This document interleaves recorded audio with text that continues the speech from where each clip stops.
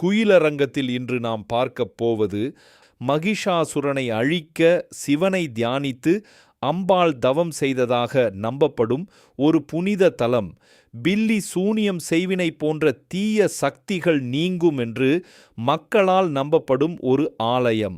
கொங்கு நாட்டின் முக்கிய சக்தி தலங்களில் ஒன்றாக கருதப்படும் மேட்டுப்பாளையம் அருகிலுள்ள வனபத்ரகாளியம்மன் கோவில். உள்ளே சென்று பார்க்கலாமா? இந்த கோவிலின் தனிச்சிறப்பு இது அமைந்துள்ள இயற்கை சூழல்தான். பவானி ஆற்றங்கரையில் ஒரு காட்டின் நடுவில் மேற்கு தொடர்ச்சி மலையின் அடிவாரத்தில் இந்த ஆலயம் அமைந்துள்ளது. காட்டின் நடுவே அமைந்துள்ளதால்தான் இந்த ஆலயம் வனபத்ரகாளியம்மன் கோவில் என்று அழைக்கப்படுகிறது.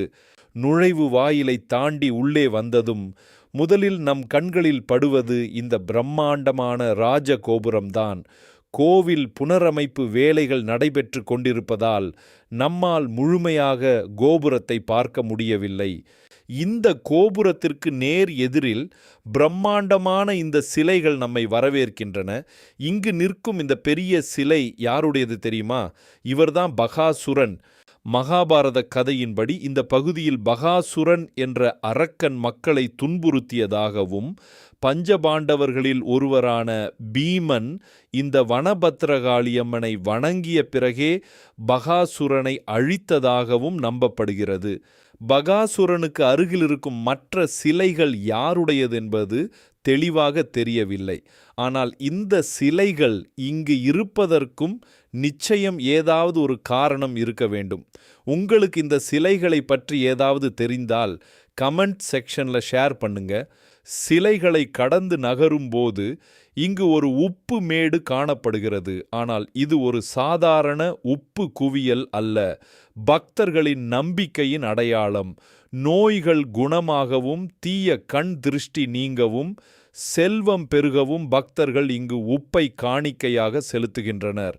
கோயிலின் உள்ளே நுழைந்து வலது புறமாக சென்றால் ஆற்றங்கரை விநாயகர் சன்னதிக்கு செல்லும் வழி உள்ளது.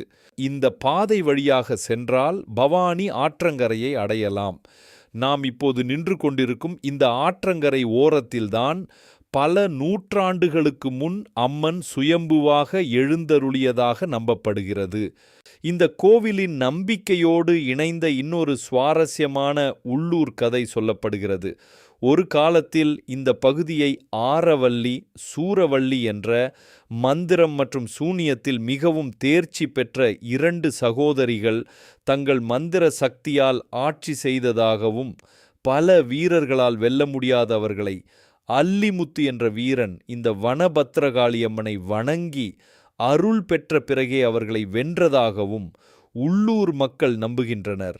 இதன் காரணமாகவே இந்த ஆலயத்திற்கு வரும் பக்தர்கள் தங்களை துன்புறுத்தும் தீய சக்திகள் நீங்கும் என்ற நம்பிக்கையுடன் அம்மனை வழிபடுகின்றனர்.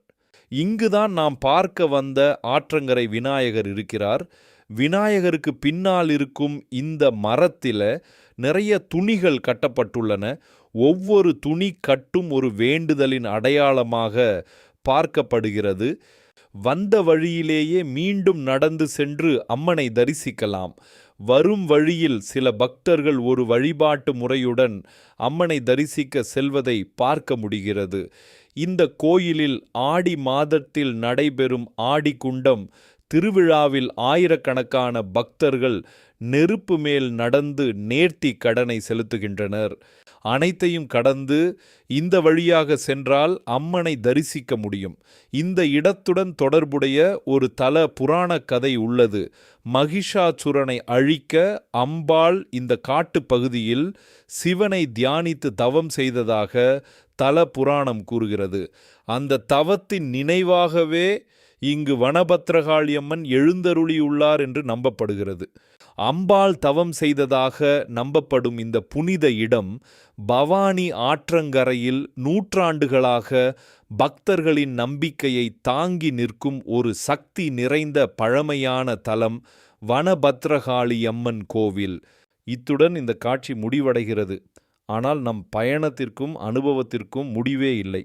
மீண்டும் உங்களை அடுத்த காணொளியில் சந்திக்கிறேன்.